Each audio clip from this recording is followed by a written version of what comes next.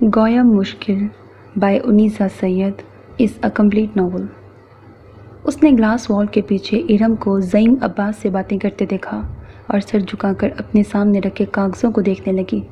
یا تو میں دنیا کو سمجھ نہیں پائی یا پھر دنیا کو مجھے اپنا آپ سمجھانا نہیں آیا۔ وہ سامنے رکھے کاغذات پر لکھے حروف کو خالی نظروں سے دیکھتے ہوئے سوچ رہی تھی۔ تمہارا نام رانیہ کس نے رکھا؟ اسے ارم کی بات یاد آئی۔ ملکاؤں اور شہزادیوں والا نام ہے بھئی؟ ہاں یہ تو ہے، اس نے جواب دیا تھا۔ ماں باپ کو اپنے بچے ملکائیں، بادشاہ اور شہزادے شہزادیاں ہی لگتے ہیں نا؟ پتہ نہیں اس نام زعیم کے کیا معنی ہیں؟ ارم کو اچانک خیال آیا۔ پتہ نہیں، رانیہ نے سوچتے ہوئے جواب دیا تھا۔ تمہیں اس نام کا مطلب جاننے کا خیال کیوں آیا؟ اس لیے کہ مجھے لگتا ہے اردو میں اس نام کا جو بھی مطلب ہو، انگریزی میں اس کے لیے ایروگینس کا لفظ ہی استعمال ہوتا ہے۔ ارم نے مسکرا کر کہا تھا۔ ارے یہ تمہیں کیسے لگا؟ رانیہ حیران ہوئی۔ دیکھتی نہیں یہ کتنا ایروگینٹ شخص ہے، خود پسند، ہائی پروفائل والا؟ ارم نے سرگوشی کے سے انداز میں کہا۔ اچھا۔ رانیہ نے بلا ارادہ ہی گردن موڑ کر گلاس وال کے پار اپنے کیبن میں بیٹھے کام کرتے زعیم عباس پہ نظر ڈالی۔ تمہیں نہیں لگتا؟ ارم نے سوالیہ انداز میں اس کی طرف دیکھا تھا۔ پتہ نہیں، رانیہ نے شانے اچکائے۔ میں تو جب سے آئی ہوں مجھے اچھے طریقے سے گائیڈ کر رہا ہے، اس نے صاف گوئی سے کام لیتے ہوئے کہا۔ بلکہ اگر زعیم مجھے اتنا گائیڈ نہ کرتے تو میں شاید 2-4 دن سے زیادہ یہاں سروائیو بھی نہ کر پاتی۔ اچھا جب ہی پرسوں تھینک یو سر اور آئی ایم obliged بریکٹ میں مشکور ہوں قسم کے جملے پھینک رہی تھیں اس کی طرف۔ ارم کا لہجہ رانیہ کو عجیب سے لگا۔ کیا مطلب ہے تمہارا؟ اس نے چونک کر ارم کی طرف دیکھا۔ مطلب یہ کہ اس شخص کی خوشامد کر کے کوئی خاص گول حاصل نہیں کیا جا سکتا۔ ارم نے بال پوائنٹ سے اپنے بکھرے بال سلجھاتے ہوئے کہا۔ خاص گول؟ رانیہ کو مزید حیرت ہوئی۔ ہاں، ارم نے معنی خیز انداز میں اس کی طرف دیکھا۔ یہی کہ کوئی پروموشن یا کہیں پروجیکشن مل جائے؟ ایکسکیوز می، رانیہ ذرا بلند آواز میں بولی۔ تمہیں کس نے کہا یا تمہیں کیسے لگا کہ میں کسی ایسے گول کو حاصل کرنے کی کوشش کر رہی ہوں؟ کسی نے نہیں، ارم نے بے پرواہی سے شانے اچکائے۔ یہ میرا خیال ہے کیونکہ عموماً ہوتا ہی یہ ہے، ہوتا ہوگا۔ رانیہ کو ارم کی بات خاصی بری لگی تھی، مگر میں اس سے اس طرح کے کسی مقصد کے تحت بات نہیں کرتی۔ وہ میری مدد کرتا ہے، مجھے گائیڈ کر دیتا ہے، اور میرا خیال ہے کہ اگر وہ میرا امیڈیٹ باس نہ ہوتا تو شاید میں یہاں ایڈجسٹ نہ کر پاتی۔ تم تو برا مان گئی۔ ارم کا لہجہ فوراً بدل گیا تھا، مگر وہ زیر لب مسکرا رہی تھی کیونکہ کہنے والی بات وہ کہہ چکی تھی۔ اسی دن سے رانیہ نے زعیم عباس سے گفتگو میں محتاط رہنا شروع کر دیا تھا۔ اس کے اس لیے دیے رہنے کے سے انداز پر زعیم عباس چونکا یا نہیں، پر رانیہ کو پتہ نہیں چلا، مگر وہ خود اپنے دل میں اس بات پہ مطمئن تھی کہ ارم جیسی لڑکی دوبارہ اس سے کوئی ایسی بات نہیں کر سکے گی۔ مگر اس روز ارم کو زعیم عباس کے کیبن میں بیٹھ کر مسلسل باتیں بگاڑتے دیکھ کر وہ دنگ رہ گئی تھی، اور اس روز اس نے سوچا تھا کہ یا تو وہ دنیا کو سمجھ نہیں پائی یا پھر دنیا اس کو اپنا آپ سمجھا نہیں پائی۔ رانیہ کو یہ آفس جوائن کیے زیادہ عرصہ نہیں گزرا تھا۔ یہ ایک بڑے چین آف سکولز کا ہیڈ آفس تھا جس کے نصابی منصوبہ بندی کے شعبے میں اس کا تقرر ہوا تھا۔ اس شعبے کے ماہانہ اور ہفتے واری اسباق کی تیاری کے ذیلی شعبے میں وہ سوشل سٹڈیز اور ہسٹری کے اسباق کی تیاری میں معاون کے طور پر کام کر رہی تھی۔ زعیم اسی شعبے کا ہیڈ تھا۔ رانیہ کے لیے یہ ماحول نیا تھا اور کام ایسا تھا کہ اس سے بہت سی غلطیاں سرزد ہو جایا کرتی تھیں۔ زعیم عباس نے اس ابتدائی وقت میں اس کی بہت مدد کی تھی۔ رانیہ جن اسباق کی ہفتے واری تقسیم کو مکمل کر کے کمپوزنگ کے لیے بھجواتی تھی ان میں کئی غلطیاں نکل آتی تھیں۔ زعیم پروف ریڈنگ کا کام خود کرتے ہوئے رانیہ کو اپنے سامنے بٹھا کر کاربن پینسل کی مدد سے ایک ایک غلطی کو نشاندہی کرتا جاتا اور رانیہ شرمندہ ہوتی رہتی۔ مگر پریشان نہ ہوا کرو، سب غلطیوں کی نشاندہی کرنے کے بعد زعیم اسے کہتا، میں تمہیں ایسے ہی لیتا ہوں جیسے میں خود اس کام میں پہلے دن تھا۔ تجربہ اور مہارت پہلے دن، پہلے ہفتے اور پہلے مہینے میں ہی حاصل نہیں کی جا سکتی، یہ وقت گزرنے کے ساتھ آتے ہیں۔ اگر ہر آنے والے دن میں ہماری غلطیاں پہلے سے کم ہوتی چلی جائیں تو یقیناً ہم تجربہ اور مہارت دونوں حاصل کر رہے ہوتے ہیں۔ وہ رانیہ کو تسلی دیتا، لیکن شوق اور محنت کے بغیر کوئی ٹاسک حاصل نہیں کیا جا سکتا۔ ساتھ ساتھ وہ یہ بھی یاد دلاتا، رانیہ کو ایسا لگتا کہ زعیم کی رہنمائی میں وہ کم عرصے میں خاصا کام سیکھ جائے گی۔ وہ اپنی غلطیوں پر قابو پا رہی تھی، اس کا کام ہر روز پہلے سے بہتر ہو رہا تھا، اور اب زعیم بھی اس کے کام کی تعریف کرنے لگا تھا۔ سر، آپ یہاں نہ ہوتے تو شاید میں کئی مہینے سر کھپا کے بھی کچھ سیکھ نہ پاتی۔ جس روز اس کے پورے کام میں صرف 5 غلطیاں نکلیں، اس نے سرخوشی کے عالم میں زعیم سے کہا تھا۔ جواب میں زعیم نے صرف مسکرانے پر اکتفا کیا تھا، اور اس کی کہی اسی بات کو سن کر ارم نے اسے فوراً جتا دیا تھا کہ شاید وہ زعیم کی تعریف کر کے کوئی فائدہ حاصل کرنا چاہ رہی تھی۔ اس کے بعد اس کا مجموعی رویہ آفس کے اندر خاصا محتاط ہو گیا تھا۔ اسے بہت تگ و دو کے بعد یہ نوکری ملی تھی۔ تاریخ میں ماسٹرز کرنے کے بعد وہ کئی چھوٹے موٹے اسکولوں اور اکیڈمیز میں پڑھانے کے دھکے کھا چکی تھی۔ کہیں بھی مستقل نوکری نہیں ملتی تھی۔ چھوٹی چھوٹی غلطیوں کو بنیاد بنا کر کھڑے کھڑے نوکری سے برخاست کر دینے کا رواج عام تھا، اور اس کے معاشی حالات ایک مستقل نوکری کے متقاضی تھے۔ اپنے والد کے انتقال کے بعد گھر میں بڑی بہن ہونے اور اپنی تعلیم مکمل کر چکنے کے ناطے اسے کام کرنا ہی تھا۔ اس نے کبھی نہیں سوچا تھا کہ اس کو اتنے بڑے ادارے میں نوکری مل جائے گی۔ یہاں تنخواہ اچھی تھی اور کئی مراعات بھی تھیں۔ یہاں کام کرنا اس کے مستقبل کے کیریئر کے لیے ایک بہت بڑا موقع تھا۔ اس کو ٹیسٹ اور انٹرویو کے بعد سلیکٹ بھی زعیم عباس نے ہی کیا تھا۔ یوں وہ اس شخص کی کئی طرح سے ممنون تھی، مگر دل میں مشکور رہنا زیادہ بہتر ہے، سوچ کر اب وہ اس سے صرف ضروری بات ہی کیا کرتی تھی۔ مگر وہ ایک مختلف دن تھا۔ اس روز وہ اپنا کام ختم کر کے گھر جانے سے پہلے اپنی میز پر بکھری چیزیں سمیٹ کر دراز میں رکھ رہی تھی، جب زعیم اپنے کیبن سے نکل کر اس کے ٹیبل کی طرف آیا۔ کلاس 7 کا منتھلی بریک اپ چیک کیا تھا آپ نے؟ اس نے خاصے کھردرے لہجے میں رانیہ سے پوچھا تھا۔ جی سر، رانیہ نے گڑبڑا کے کہا۔ اس بار کروسیڈز پارٹ 1 کا پلانر جانا تھا، آپ نے مسلمز ان ساؤتھ ایشیا کے نوٹس بنا دیے۔ اس نے ہاتھ میں پکڑے کاغذ رانیہ کے سامنے میز پر پھینکتے ہوئے کہا۔ رانیہ نے محسوس کیا کہ ان کاغذوں کو اٹھا کر دیکھتے ہوئے اس کے ہاتھ کانپ رہے تھے۔ آپ کے پاس بریک اپ کی جو کاپی ہے وہ نکالیے، اسے زعیم کی آواز سنائی دی۔ انہی کانپتے ہاتھوں سے اس نے دراز سے وہ کاپی نکالی۔ اس نے دوسرے کے بجائے تیسرے ہفتے کے پلانر کو ہائی لائٹ کر رکھا تھا۔ I am extremely sorry sir, الفاظ بمشکل رانیہ کے منہ سے نکلے۔ اسے اپنی نظروں کے سامنے زمین گھومتی نظر آ رہی تھی اور اپنی نوکری جواب دیتی محسوس ہو رہی تھی۔ یہ ایک ایسی سنگین غلطی تھی جس پر پچھلی کئی چھوٹی موٹی نوکریوں کی طرح اسے اسی وقت فارغ کیا جا سکتا تھا۔ قسمت، اس کے دل نے کہا تھا۔ کس مشکل سے بجٹ سیٹ ہوا تھا گھر کا، اور اب پھر وہی دھکے اور خواری۔ آپ کو پتہ ہے کل یہ پلانر ڈسپیچ ہونا ہے؟ اس کے کانوں میں ایک بار پھر زعیم کی آواز پڑی، مگر اسے لگا اس بار اس میں غصے اور سختی کا عنصر کم تھا۔ جی، اس کے حلق سے مری ہوئی آواز نکلی۔ ناؤ، وہ سوالیہ انداز میں پوچھ رہا تھا۔ اس سوال کا جواب رانیہ کے پاس نہیں تھا۔ وہ آپ اسی وقت دوبارہ یہاں سے واپس نہ آنے کے لیے گھر جا سکتی ہیں، یا گیٹ لاسٹ قسم کے کسی اگلے جملے کی منتظر تھی، مگر اس کی نظروں نے دیکھا وہ اس کی میز پر رکھے انٹرکام پر کوئی نمبر دبا رہا تھا۔ رشید صاحب، آپ اور آپ کا سٹاف آج ابھی آف نہیں کرے گا، وہ کمپوزنگ ڈپارٹمنٹ کے انچارج سے کہہ رہا تھا، اور آپ بھی اپنے گھر کال کر دیں کہ آج آپ لیٹ گھر جائیں گی۔ انٹرکام ریسیور رکھنے کے بعد وہ رانیہ سے مخاطب ہوا تھا۔ لیٹ سر؟ رانیہ نے چونک کر اس کی طرف دیکھا تھا۔ اس کی آنکھیں اپنی غلطی کی شرمندگی اور نوکری جانے کے خوف سے ڈبڈبائی ہوئی تھیں۔ جی لیٹ، وہ حتمی لہجے میں بولا۔ جب کوئی غلطی ہو جائے تو اس کی درستگی میں وقت تو لگتا ہے نا؟ رانیہ نے سر جھکا لیا۔ آپ کال کریں پلیز اپنے گھر۔ 5 منٹ تک اس کے کسی رد عمل کا انتظار کرنے کے بعد وہ بولا، سر؟ رانیہ نے نظریں اٹھائیں۔ میری امی شاید نہ مانے۔ اوہ کم آن، وہ میز پر ہاتھ بجا کے بولا۔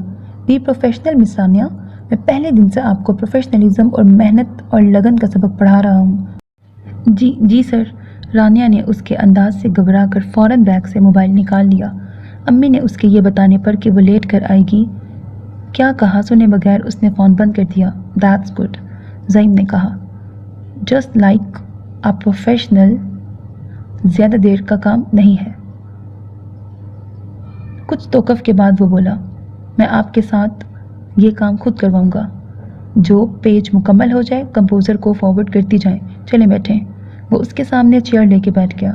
آپ نے لنچ کیا تھا؟ چائے پی تھی؟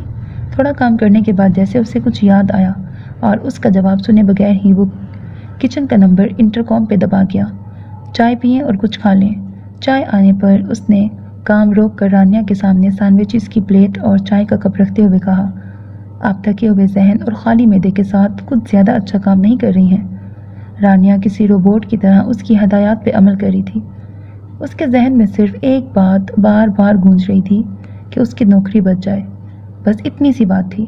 2.5 گھنٹے کے بعد زعیم نے اپنا پوائنٹر روک کر بند کیا۔ رانیہ نے اپنا جھکا ہوا سر اٹھایا اور ایک نظر کمپیوٹر کی اسکرین پہ ڈالی۔ جو کام وہ 1 ہفتے کے آغاز میں شروع کرتی تھی اور جسے مکمل کرنے میں اسے 4 دن لگ جاتے تھے، صرف 2.5 گھنٹوں میں مکمل ہو گیا تھا۔ کمپوزنگ، پروف ریڈنگ اور کاپی ہونے میں مزید 1 گھنٹہ صرف ہوا اور تقریباً 4.5 گھنٹوں میں سب برانچز کو بھیجے جانے والے پارسل تیار تھے۔ اب آپ گھر جا سکتی ہیں۔ سب کام مکمل ہونے کے بعد زعیم نے رانیہ سے کہا، جی سر۔ وہ اسی طرح کسی روبوٹ کی مانند بیگ اٹھا کے کھڑی ہو گئی۔ وہ اس کے پیچھے ہی آفس سے باہر نکلا تھا اور لفٹ میں بھی اس کے ساتھ تھا، اگرچہ اس عرصے میں وہ بالکل خاموش رہا تھا۔ بلڈنگ سے باہر آ کر رانیہ نے دیکھا ہر سو روشنیاں جگمگا رہی تھیں اور آسمان پر ستارے بکھرے تھے۔ اس کا دل ایک دم پریشان ہو گیا۔ کام میں مگن اس نے سوچا ہی نہیں تھا کہ اس کے روٹ کی وین اب ملے گی بھی یا نہیں۔ وہ اپنے مخصوص وقت پر گھر جاتی تھی اور اسے وین کا کبھی کوئی مسئلہ نہیں ہوا تھا۔ سڑک کے کنارے اسٹاپ پہ کھڑی وہ سوچ رہی تھی کہ کس سے پوچھے اس کے سائٹ کو جانے والی اگلی وین کب آئے گی۔ اسے اندازہ ہو رہا تھا کہ اسے بہت دیر ہو رہی تھی اور اس کے بیگ میں رکھا موبائل بار بار بج رہا تھا۔ مزید 1.25 گھنٹہ گزرنے کے بعد اس کے روٹ کی وین اسٹاپ پر آئی اور گھر پہنچتے پہنچتے رات کے 9:45 بج چکے تھے۔ امی کے دروازہ کھولنے پر اس نے دیکھا ان کے چہرے پر ہوائیاں اڑ رہی تھیں اور چھوٹے بہن بھائی خوف زدہ سی نظروں سے اسے دیکھ رہے تھے۔ ہمیں نہیں چاہیے ایسے پیسے، امی نے اسے اس رات کھانا دیتے ہوئے کہا تھا۔ پروفیشنل ذمہ داریاں، پروفیشنل رویے، لگن، محنت اور سخت جانی۔ جواب میں رانیہ نے زعیم عباس کے پڑھائے سبق امی کو سنا دیے تھے۔ امی اس کی بات پر ذرا بھی مطمئن نہیں ہوئی تھیں۔ انہیں ڈر تھا کہ ایک روز دیر تک کام کر کے اس نے اپنے باس کو پیغام دیا تھا کہ وہ دیر تک رک کر کام کر سکتی ہے اور اب وہ آئندہ بھی اسے دیر تک روکے گا، مگر رانیہ کا خیال تھا کہ وہ اپنی غلطی کی درستگی کے لیے وہاں رکی تھی اور آئندہ ایسی صورتحال پیش نہیں آئے گی۔ جو بھی ہے امی، بہت کچھ فیس تو کرنا پڑے گا، نوکریاں راستے میں بڑی نہیں ملتی۔ بحث کے آخر میں اس نے کہا تھا، آج تو بال بچ گئی، نکالی جاتی تو پھر سے فٹ پاتھ پہ ہوتی۔ میں معذرت خواہ ہوں کہ کل آپ کو دیر تک رکنا پڑا۔ اگلے روز سوشل سٹڈیز کے ایک ٹاپک پر بات کرتے ہوئے زعیم نے اچانک کہا، وہ میری غلطی تھی سر، جس کی وجہ سے مجھے رکنا پڑا۔ رانیہ نے بغیر چونکے جواب دیا، بلکہ اس نے نظریں اٹھا کر زعیم کی طرف دیکھا۔ بلکہ میں آپ کی بہت مشکور ہوں کہ آپ نے میری غلطی نظر انداز کر دی، ورنہ میرا خیال تھا کہ آپ مجھے کھڑے کھڑے فائر کر دیں گے۔ وہ بے اختیار مسکرا دیا۔ جب کسی غلطی کو درست کرنے کا موقع موجود ہو تو پھر اس سے بڑی غلطی سے بچا جا سکتا ہے۔ اس نے کہا، اس سے بڑی غلطی؟ رانیہ نے حیرت سے اس کی طرف دیکھا۔ آپ کو فائر کرنا اس سے بڑی غلطی ہوتی؟ وہ مسکرا کر بولا، ایک اچھا ایڈمنسٹریٹر کبھی بھی جذبات کو خود پر قابو نہیں دیتا۔ اگر میرا مزاج ایسا ہوتا تو اس ڈپارٹمنٹ میں بھی باقیوں کی طرح ہائرنگ فائرنگ چلتی نظر آتی رہتی آپ کو۔ آپ جو بھی کہیں سر، میں کل اپنی غلطی دیکھ کر فوراً ذہنی طور پہ تیار ہو گئی تھی کہ آپ مجھے فارغ کر دیں گے۔ رانیہ نے سادگی سے کہا، تو پھر ہر سال سے بہتر نوٹس کون بنا کر دیتا مجھے؟ وہ ہنس کے بولا، دیکھیے مس رانیہ، اگلے لمحے اس نے سنجیدگی اختیار کرتے ہوئے کہا، آپ کو اپنے ٹیلنٹ پہ اعتبار ہونا چاہیے۔ اپنے کام کی کوالٹی اتنی اچھی کر لیجئے کہ ہر وقت کی دھڑکن نہ لگا رہے۔ اب فارغ کی گئیں کہ تب؟ مگر سر، میں نے جو رویہ کل آپ کا دیکھا، پہلے کہیں کام کرتے ہوئے مجھے اس کا تجربہ نہیں ہوا۔ رانیہ کی سوئی وہیں اٹکی تھی۔ مجبوری تھی، مجھے آپ کو روکنا پڑا۔ اس نے گہرا سانس لیتے ہوئے کہا، میں وہ کام خود بھی کر سکتا تھا، مگر آپ کو یہ احساس دلانا ضروری تھا تاکہ آپ آئندہ کام محتاط ہو کے کریں۔ ویسے کچھ توقف کے بعد وہ بولا، میں گلٹی فیل کر رہا تھا آپ کو اتنی دیر روکنے پر۔ کل رات ہو چکی تھی، کافی رات ہو چکی تھی جب آپ جا رہی تھیں۔ اپنے گلٹ کے احساس کو دور کرنے کے لیے جب تک آپ وین میں سوار نہیں ہو گئیں، میں اپنی گاڑی میں بیٹھا روڈ پر ہی کھڑا رہا اور پھر آپ کی وین کے پیچھے لگا آپ کو آپ کے سٹاپ تک فالو کرتا رہا۔ رانیہ کو جھٹکا سا لگا۔ سر آپ؟ وہ حیرت کے ماری کچھ بول نہیں پا رہی تھی۔ کل شام سے اب تک زعیم عباس کا امیج اس کی نظروں میں پہلے سے کئی زیادہ بڑا اور عظیم بن چکا تھا۔ جب آپ اس محلے کی گلی نمبر 4 کے مکان نمبر 8 میں داخل ہو گئیں تو میں مطمئن ہو کر واپس آ گیا۔ وہ بتا رہا تھا، اتنی کیئر، اتنا خیال۔ رانیہ کا ذہن سمجھ نہیں پا رہا تھا کہ وہ کیا جوابی بات کرے۔ وہ زعیم عباس کی اتنی ممنون ہو چکی تھی کہ اسے آئے روز قدم قدم پر ہونے والی دوسرے لوگوں کی چھوٹی موٹی زیادتیوں کے گلے ایک دم بھول گئے تھے۔ اگر ایسے لوگوں کے ہجوم میں زعیم عباس جیسا ایک انسان بھی موجود ہے اور اس سے آپ کی ملاقات بھی ہو جاتی ہے تو غنیمت ہے۔ پھر باقی لوگوں کی جبلی بد فطرت کا گلہ نہیں کرنا چاہیے۔ ایک فیصلہ اس نے فوراً سے دل میں کر لیا۔ اس روز سے زعیم عباس اس کے لیے رول ماڈل بن گیا، مینٹور، معلم کا درجہ پا گیا، اور وہ لاشعوری طور پر اس کی حرکات و سکنات، کام اور گفتگو کو غور سے دیکھنا اور اسے اختیار کرنا شروع ہو گئی۔ کچھ لوگوں کو اچھا بننے کا خبط ہوتا ہے۔ کئی دن بعد لنچ کے دوران ارم کا موضوع گفتگو پھر سے زعیم عباس ہی تھا۔ یہ جو نیا لڑکا آیا ہے نا بک مارکنگ کے لیے، سلمان، وہ رانیہ کو بتا رہی تھی، اس کی چھوٹی بہن لیوکیمیا کی مریضہ ہے۔ زعیم 2 ماہ سے اپنی پے کا 10% سلمان کی پے میں ٹرانسفر کر رہا ہے۔ تمہیں کیسے پتہ چلا؟ رانیہ کا دل خوش ہوا، مگر اس نے حیرت سے ارم سے سوال کیا۔ خود سلمان نے۔ ارم نے چائے کا کپ منہ سے لگاتے ہوئے کہا، یہ تو بڑی نیکی کا کام ہے۔ رانیہ نے ارم کے لہجے کی چبھن کو محسوس کرتے ہوئے اپنی رائے دی۔ ہوگا، ارم نے یوں کہا جیسے ذرا بھی متاثر نہ ہو، مگر زعیم عباس جیسے لوگ نیکیاں اس لیے نہیں کرتے کہ یہ نیک بنے، بلکہ اس لیے کرتے ہیں کہ لوگ ان کی تعریفیں کرتے رہیں۔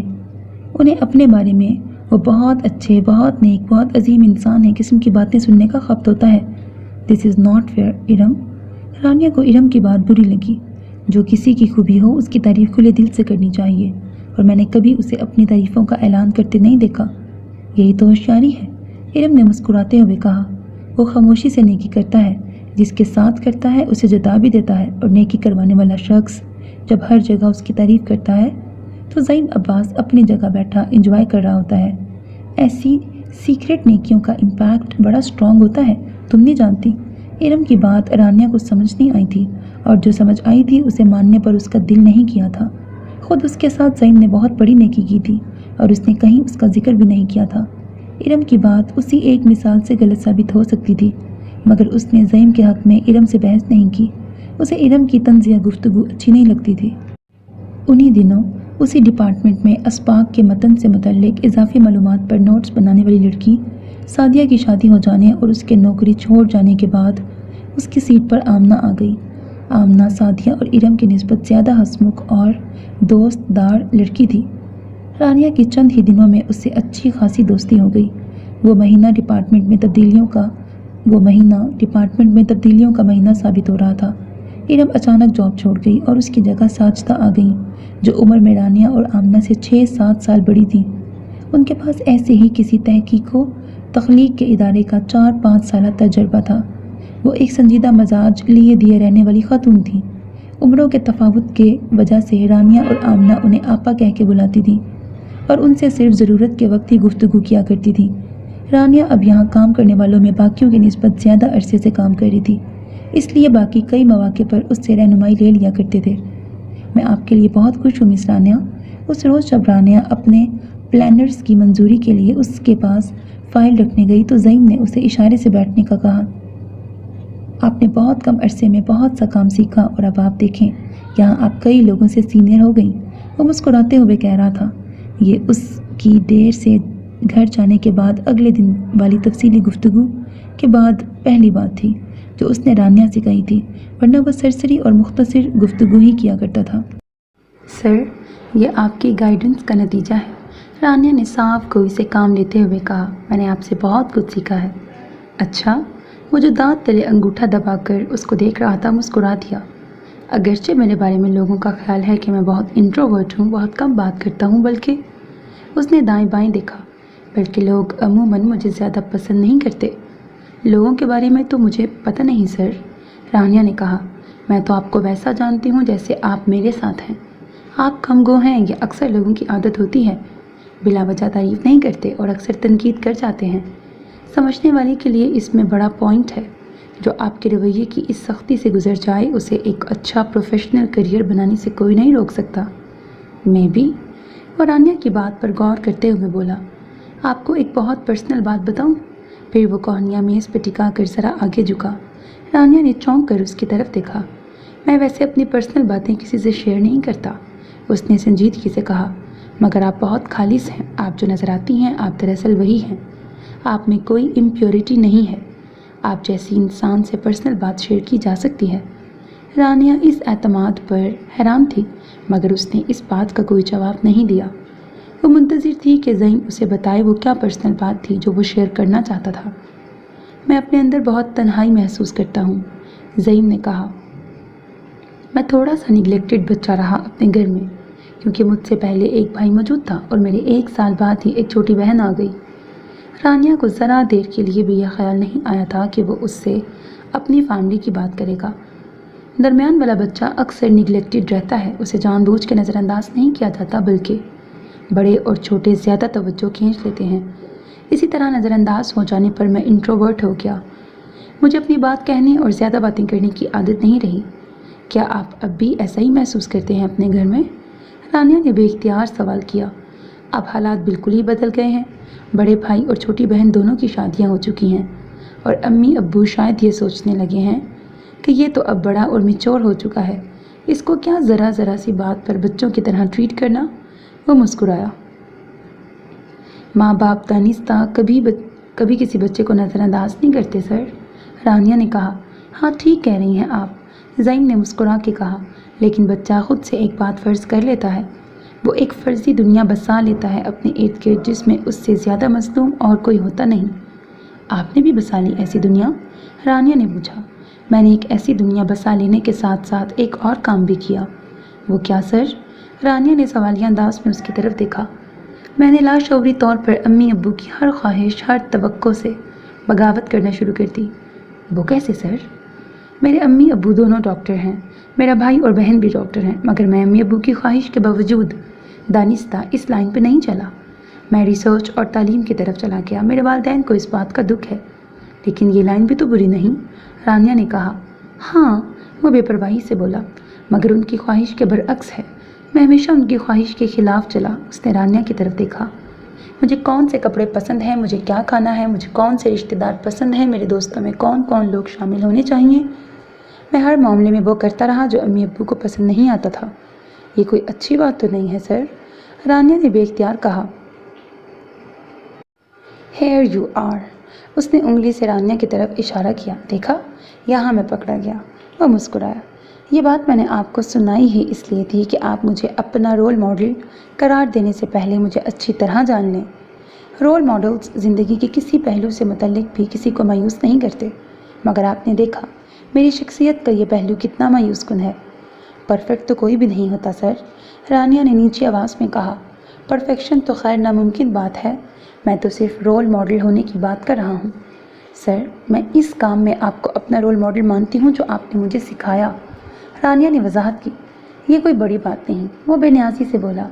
جو کام ہم سیکھ جاتے ہیں وہ کسی دوسرے کو سکھانا کوئی بڑی بات نہیں۔ آپ انکساری سے کام لے رہے ہیں سر، رانیہ نے فوراً جواب دیا۔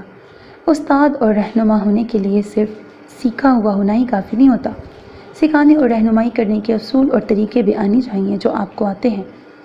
بس میرا دل یہ چاہتا ہے کہ میں کسی کے کام آ سکوں۔ اگر کسی کی زندگی میں کسی کے کام میں میری وجہ سے آسانی پیدا ہو سکے، میں کسی کو کسی مشکل سے نکال سکوں تو مجھے خوشی ہوتی ہے، لیکن وہی میری انٹروورٹ شخصیت مجھے اس بات میں بھی ناکام بنا دیتی ہے۔ وہ کیسے سر؟ رانیہ نے پوچھا۔ میں خود کسی سے پوچھ نہیں سکتا کہ تمہیں کیا مسئلہ ہے، اگرچہ مجھے اندازہ ہو بھی رہا ہو کہ میرے قریب کسی شخص کو کوئی مسئلہ ہے۔ میں اتنا کلوز رہتا ہوں کہ کسی کو میرے قریب آ کر اپنی بات کہنے کا حوصلہ نہیں ہوتا۔ کوئی خود سے میرے ساتھ اپنی پریشانی شیئر نہیں کر سکتا کیونکہ میں اپنے دروازے ہمہ وقت بند رکھتا ہوں۔ یہ اتفاق ہی ہوتا ہے کہ کسی کی ایسی پریشانی اور ضرورت پر میرا دھیان، میری نظر پڑ جائے جس میں میں اس کے کام آ سکتا ہوں تو میں ضرور کرتا ہوں۔ یہی آپ کی سب سے بڑی خوبی ہے سر، بغیر جتائے، بغیر بتائے آپ دوسروں کے کام آتے ہیں، مگر میں اپنی زندگی کو میننگ فل بنانا چاہتا ہوں۔ اور رانیہ کی بات انسنی کرتے ہوئے بولا، زندگی کا کوئی مقصد ہونا چاہیے۔ آپ نے وہ شعر تو سنا ہی ہوگا، ہے لوگ وہی جہاں میں اچھے، آتے ہیں جو کام دوسروں کے۔ میں نے تقریروں میں، مقابلوں میں، اسباق میں، اسکولوں کی دیواروں پر یہ شعر کئی مرتبہ لکھا ہوا پڑھا ہے، مگر اکثر لوگ اسے اپنی بات میں وزن پیدا کرنے کے لیے استعمال کرتے ہیں، جبکہ میں اس شعر کی عملی تفسیر بننا چاہتا ہوں۔ جی سر۔ رانیہ اس کی گفتگو سے اتنی متاثر ہو چکی تھی کہ اس کے چہرے اور آنکھوں میں زعیم کے لیے ستائش ہی ستائش تھی، مگر شاید میں یہ مقصد کبھی حاصل نہ کر پاؤں۔ وہ اچانک سر جھٹکتے ہوئے بولا، خیر، یہ رہا آپ کا پلان اور یہ رہا نیکسٹ بریک اپ۔ پھر وہ فوراً سے کام کی بات پہ آ گیا۔ رانیہ نے فائل میں کاغذ سمیٹے اور اٹھ کے جانے لگی۔ سنیں مس رانیہ۔ وہ دروازے کے قریب پہنچی ہی تھی کہ اسے پیچھے سے زعیم کی آواز آئی۔ اس نے مڑ کر دیکھا، زعیم کے ہاتھ میں ایک چٹ تھی جو وہ اس کی طرف بڑھا رہا تھا۔ یہ کیا ہے سر؟ رانیہ نے کچھ نہ سمجھتے ہوئے ایک نظر چٹ پر ڈالی، دوسری زعیم کے چہرے پر۔ یہ میرا پرسنل نمبر ہے، وہ کہہ رہا تھا۔ زندگی میں کبھی کہیں اگر آپ کو لگا کہ میں آپ کے کام آ سکتا ہوں تو مجھے ضرور بتائیے گا، اس نمبر پر ٹیکسٹ میسج بھیج کر یا کال کر کے۔ آپ کے کام آ کر مجھے حقیقی خوشی حاصل ہوگی۔ رانیہ دنگ رہ گئی۔ زعیم کا آفس کا نمبر بھی بہت کم لوگوں کے پاس موجود تھا اور اسے وہ پرسنل نمبر دے رہا تھا۔ Thank you sir. آگے بڑھ کر زعیم سے وہ چٹ لیتے ہوئے رانیہ کے ذہن میں ایک عجیب سی الجھن تھی، وہ اسے یہ نمبر کیوں دے رہا تھا؟ زعیم کے کیبن سے باہر نکل کر ایک دفعہ پھر اس نے مڑ کر پیچھے دیکھا۔ وہ اپنی ٹیبل پر بکھرے کاغذوں کو پڑھنے میں مشغول تھا اور اس کا چہرہ بے تاثر تھا۔ زعیم کی یہ گفتگو رانیہ کے لیے الجھن تو لائی، مگر اس کے ذہن اور دل کے کسی گوشے میں ایک عجیب اور انجانا سا احساس بھی جگا گئی۔ اسے یوں لگا جیسے وہ اپنے ساتھ کام کرنے والوں سے کچھ مختلف تھی اور منفرد بھی۔ اسی لیے تو زعیم عباس جیسے انٹروورٹ بندے نے اسے اپنی پرسنل باتیں سنانے کے قابل سمجھا۔ اب وہ اکثر منتظر رہتی کہ زعیم عباس آتے جاتے یا پھر کام پر بات کرتے ہوئے پھر کوئی ایسی بات کرے گا جس سے اس کے منفرد اور مختلف ہونے کے احساس کو مزید طاقت ملے گی، مگر اس دن کے بعد سے اس کا رویہ اس کے ساتھ بھی ویسا ہی تھا جیسے آفس میں کام کرنے والے دوسرے لوگوں کے ساتھ تھا۔ انہی دنوں گوتم بدھ کی زندگی اور نظریات پر ڈسکشن اور نوٹس بنانے کے دوران اسے ساجدہ آپا کے قریب آنے کا موقع ملا۔ ساجدہ آپا گوتم بدھ پر ایک مقالہ لکھ چکی تھیں اور زعیم عباس نے ہی رانیہ کو ہدایات دی تھیں کہ وہ 8ویں کلاس کے ہسٹری کے اسباق میں گوتم بدھ والے اسباق پر ساجدہ آپا سے معلومات حاصل کرے۔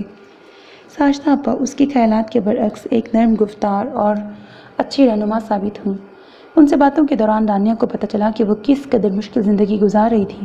ان کے شوہر نے بچہ نہ ہونے کے باعث انہیں 2 سال پہلے طلاق دے دی تھی اور اب وہ اپنے معذور والدین کے ساتھ رہ رہی تھی۔ ان کے بھائی والدین کو معذوری کی حالت میں اکیلا چھوڑ کے اپنی اپنی زندگیوں میں مگن تھے۔ میں صبح اماں ابا کے تمام ضروری کاموں سے فارغ ہو کر ضرورت کی ہر چیز ان کے قریب رکھ کے آتی ہوں۔ ساجدہ آپا نے اسے بتایا تھا، آف ٹائم میں مجھے اسی لیے واپس گھر بھاگنے کی جلدی ہوتی ہے کہ اماں ابا اس وقت تک ہی اکیلے رہ سکتے ہیں۔ میں اسی لیے کوئی میٹنگ اٹینڈ نہیں کر پاتی۔ صبح بھی کبھی کبھار 5-10 منٹ لیٹ ہو جاتی ہوں اور باس کے غصے اور ناراضگی کا شکار رہتی ہوں۔ وہ بے بسی سے مسکراتے ہوئے بتا رہی تھی، ارے وہ تو بہت نرم دل ہیں، آپ نے ان کو اپنا مسئلہ بتایا نہیں؟ رانیہ نے کہا، کوئی نہیں سنتا رانیہ، ان لوگوں کو کام چاہیے ہوتا ہے، کسی کی مجبوری سے انہیں کیا لینا دینا۔ ساجدہ آپا بتا رہی تھی، میں بتا کر اپنی بات ہلکی نہیں کرنا چاہتی، مگر زعیم صاحب ایسے نہیں ہیں۔ رانیہ نے کہنا چاہا، میں کئی جگہوں پہ کام کر چکی ہوں رانیہ، مجھے سب کے رویوں اور شخصیتوں کا اندازہ ہے، کون کیا اور کیسا ہے۔ ساجدہ آپا نے اس کی بات کاٹی، تم ابھی بچی ہو، زندگی کو ایکسپلور کر رہی ہو، تمہارے اندازے ابھی پختہ نہیں ہوئے۔ ساجدہ آپا کی اس بات نے رانیہ کو ایک بار پھر الجھا دیا۔ یا تو میں دنیا کو نہیں سمجھ پائی یا پھر دنیا خود کو مجھے سمجھا نہیں پا رہی۔ ساجدہ آپا جیسی سمجھدار اور میچور خاتون کی بات کی بھی نفی نہیں کی جا سکتی تھی اور زعیم عباس کی گفتگو کو بھی ذہن سے جھٹکا نہیں جا سکتا تھا۔ اسے اس جگہ کام کرتے 2 سال گزر گئے۔ اس کا چھوٹا بھائی عمران سافٹ ویئر انجینئرنگ کر رہا تھا اور اس کا فائنل ایئر مکمل ہونے کو تھا۔ اسے چھوٹا سلمان آرمی میں جانے کی تیاری کر رہا تھا۔ مشکل دن آہستہ آہستہ آسان دنوں میں تبدیل ہو رہے تھے۔ آمنہ کے آفس چھوڑ دینے کے بعد سلیم خان نے اس کی جگہ لے لی تھی۔ خود رانیہ اسی ڈپارٹمنٹ میں زعیم عباس کی براہ راست اسسٹنٹ کی سیٹ تک ترقی کر چکی تھی۔ اس کی تنخواہ بڑھ گئی اور مراد اور الاؤنسز بھی۔ زعیم عباس اندرون ملک کے علاوہ بیرون ملک بھی سیمینارز اور لیکچرز ڈلیور کرنے لگا۔ فرینچائز برانچز میں سالانہ ورکشاپس میں رانیہ زعیم عباس اور دوسرے شعبوں کے منتخب لوگوں کے ساتھ اکثر دوسرے شہروں میں بھی جانے لگی تھی۔ اس دوران اس نے غور کیا زعیم کا انداز اور کام اسی کے عہدے کے برابر کام کرنے والے لوگوں سے زیادہ بہتر ہوتا تھا۔ وہ لینگویجز، سوشل اسٹڈیز اور ہسٹری پر لیکچر دیتا تھا۔ اس کا ہوم ورک مکمل اور غلطیوں سے پاک ہوتا تھا۔ لیکچر سے متعلق اضافی ایجوکیشنل ٹولز اپڈیٹڈ ہوتے تھے اور وہ اپنی ٹیم کے ہر رکن کی ہر ضرورت اور آرام کا بہت خیال رکھتا تھا۔ اس بندے میں لیڈرشپ کی تمام خصوصیات موجود ہیں۔ ایک ایسی ہی ورکشاپ کے دوران ٹی بریک میں میتھس ڈپارٹمنٹ کے اسسٹنٹ ہیڈ نے رانیہ کو بتایا تھا، یہ جاب، یہ پوسٹ اس کا ایک عارضی پڑاؤ ہے، اس کی اصل منزل کہیں آگے اور بہت بلند ہے۔ وہ کہہ رہے تھے، میں نے ان سالوں میں خود اپنی آنکھوں سے اس کو ہیرا بننے کے عمل سے گزرتے دیکھا ہے۔ ہی is an excellent manager. Rania اب تک زعیم کے بارے میں متضاد آراء سننے کی عادی ہو چکی تھی۔ خود وہ بہت اچھی طرح جانتی تھی کہ اس وقت جس مقام پر تھی، یہاں تک اسے پہنچانے میں بہت سا کردار زعیم عباس کا ہی تھا۔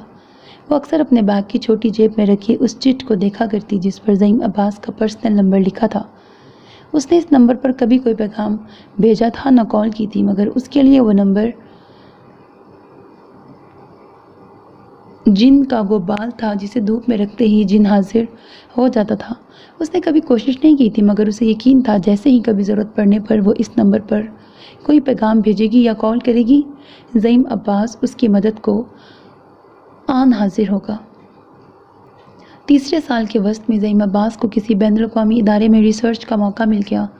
وہ اس پر بہت خوش تھا۔ بقول اس کے اس اسکالرشپ کو حاصل کرنے کے لیے وہ کئی سال سے کوشش کر رہا تھا۔ اس موقع سے فائدہ اٹھانے کا مطلب تھا کہ زعیم عباس اب اس آفس کو چھوڑ کے جا رہا تھا۔ رانیہ کا دل ان دنوں بجھا بجھا رہتا تھا۔ اس کے مزاج پر نامعلوم سی اداسی چھانے لگی تھی۔ زعیم نے ادارے کو جاب چھوڑ دینے کا نوٹس دے دیا تھا اور وہ 1 ماہ کے اندر یہاں سے جانے والا تھا۔ رانیہ کو اچانک محسوس ہوا کہ زعیم کی غیر محسوس سرپرستی اور موجودگی کے بغیر وہ ایک دن بھی یہاں کام نہیں کر پائے گی۔ اس پر اچانک انکشاف ہوا تھا کہ زعیم عباس نے اپنی تمام تر خوبیوں اور خامیوں سمیت اس کے دل پر خاموش قبضہ کر رکھا تھا۔ کب سے، یہ وہ نہیں جانتی تھی۔ ان دنوں آفس میں اور واپس گھر آ کر بھی، صبحوں، دوپہر، شاموں اور رات کے کئی پہروں میں اس نے کئی بار اپنا سیل فون اس نیت سے نکالا تھا کہ وہ زعیم کے پرسنل نمبر پر please don't leave me alone کا میسج بھیجے گی اور پلیز ڈونٹ گو یا please don't leave me alone کا میسج بھیجے گی، اور اس کے دل کے یقین کے عین مطابق زعیم عباس اپنی خواہش اور خوشی کو آگ لگا کر محض اس کے لیے رک جائے گا۔ مگر نہ جانے کیوں اس کی انگلیاں ایسا کوئی میسج ٹائپ کرنے کی ہمت نہ کر پائیں، اور گزرتے وقت کے ساتھ آفس میں زعیم کا آخری ورکنگ ڈے آ گیا۔ اس روز وہ اپنے سٹاف کے ایک ممبر سے خصوصی طور پر ملا اور اپنی انٹروورٹ طبیعت کے برعکس اس نے ہر ایک سے اپنی کسی دانستہ نادانستہ غلط رویے اور بھول چوک پر معافی بھی مانگی۔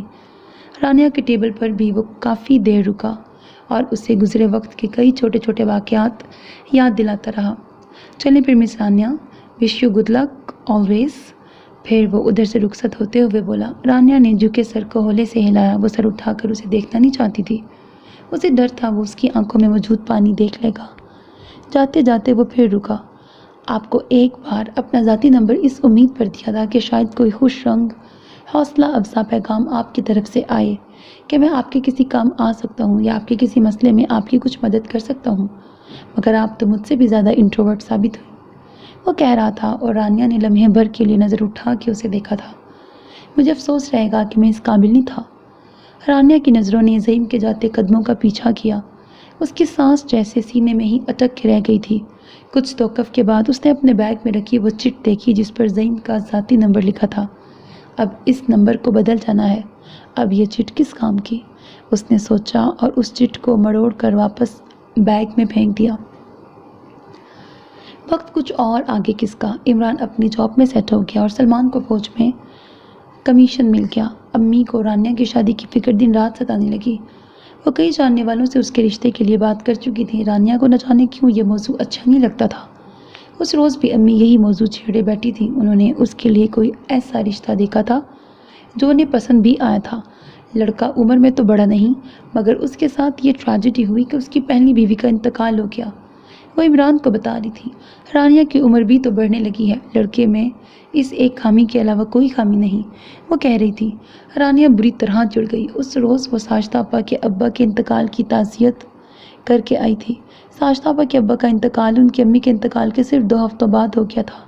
ساجدہ آپا ان پے در پے صدمات سے بری طرح متاثر تھیں۔ وہ مسلسل 1 ماہ سے چھٹی پہ تھیں۔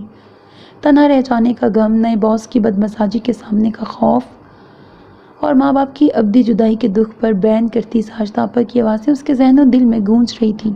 ساجدہ آپا کے حالات نے اس کے اعصاب کو بری طرح متاثر کیا تھا۔ اوپر سے امی کی گفتگو، اسے سب کچھ یکدم بہت برا لگنے لگا اور وہ کمرے سے اٹھ کے باہر آ گئی۔ اسے لگ رہا تھا امی یہ رشتہ جس کا وہ ذکر کر رہی تھیں کر کے چھوڑیں گی۔ اس کا دل دکھی تھا اور اداس بھی۔ بیتے ہوئے مشقت اور خواری کے دن اسے رہ رہ کے یاد آ رہے تھے۔